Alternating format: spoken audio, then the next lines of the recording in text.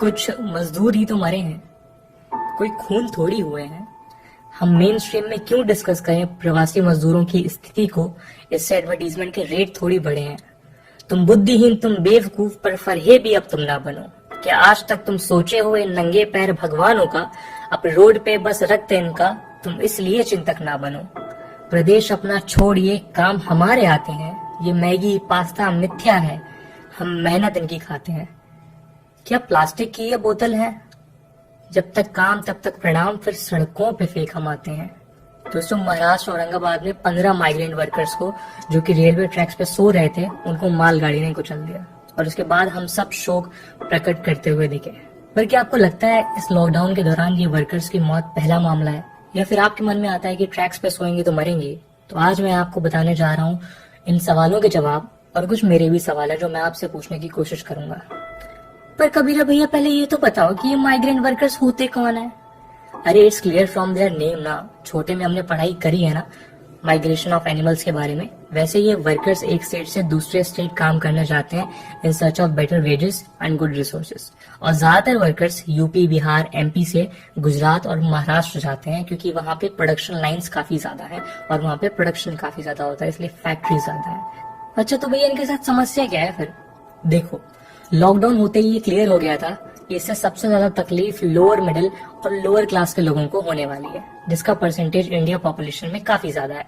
2018 की एक स्टडी के अनुसार इंडिया में 82% मेल और 92% फीमेल वर्कर्स 10,000 प्रति माह से भी कम कमाती हैं। अगर आप 50,000 या उससे ज्यादा कमाते हो तो आप नेशनल वर्क फोर्स में अर्निंग के मामले में टॉप 1% वर्कर्स में आते हैं। तो इससे आप समझ सकते हैं कि इंडिया में कितनी इकोनॉमिक इनइक्वालिटी है। और इनमें से भी ज्यादातर लोग वो हैं जो रोज कमाते हैं और रोज खाते हैं।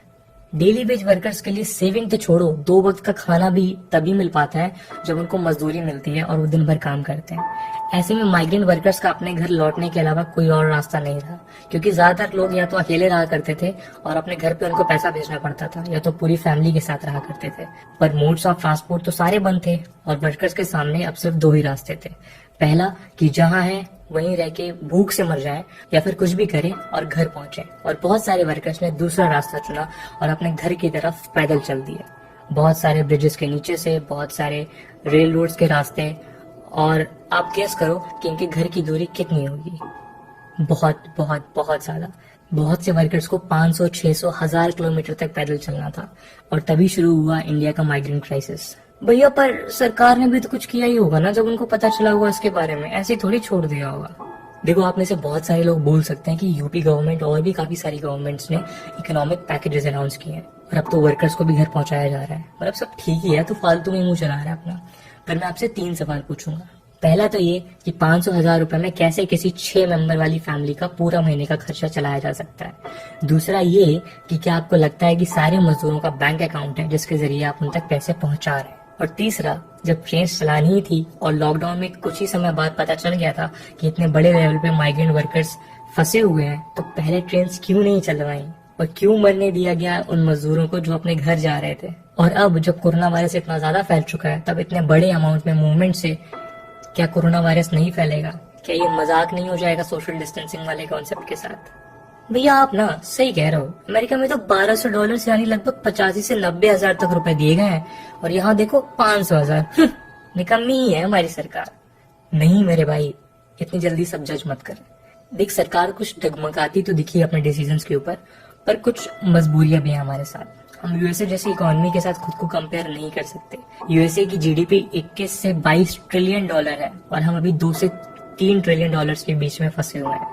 और वहां की आबादी भी हमसे काफी कम है, इसलिए वो इतना स्पेंड कर सकते हैं पर हम नहीं।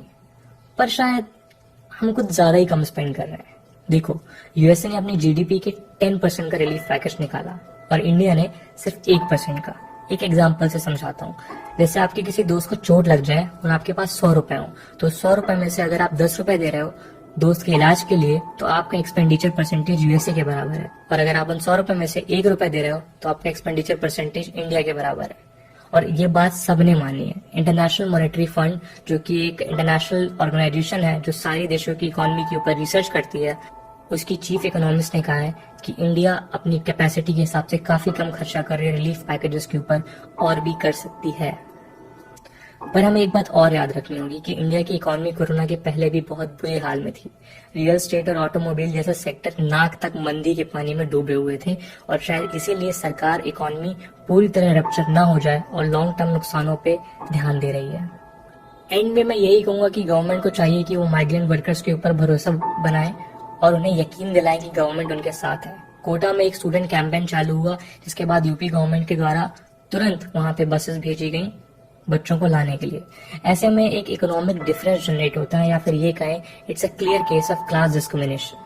और इससे मजदूरों के दिमाग में भी आता है कि शायद हमारी कोई बात सुनेगा नहीं और इसके बाद उनके पास पैदल घर जाने के अलावा या एक जगह इकट्ठा होकर अपनी बात सरकार तक पहुंचाने के अलावा कोई और रास्ता नहीं रह जाता।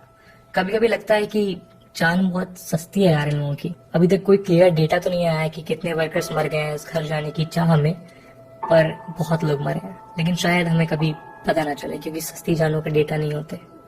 वो तो आज का हादसा इतना बड़े लेवल पे हुआ और इतने सारे लोग एक साथ मर गए तो हमारे मीडिया हाउसेस जाग गए, नहीं तो क्या ही है, किसी को फर्क पड़ता नहीं। आई होप आपको ये वीडियो पसंद आई होगी और इसको इतना शेयर करिए कि ये मैसेज और सवाल सरकार तक पहुंच जाए और फिर इन लोगों की जिंदगियों की भी कुछ कीमत हो जाए।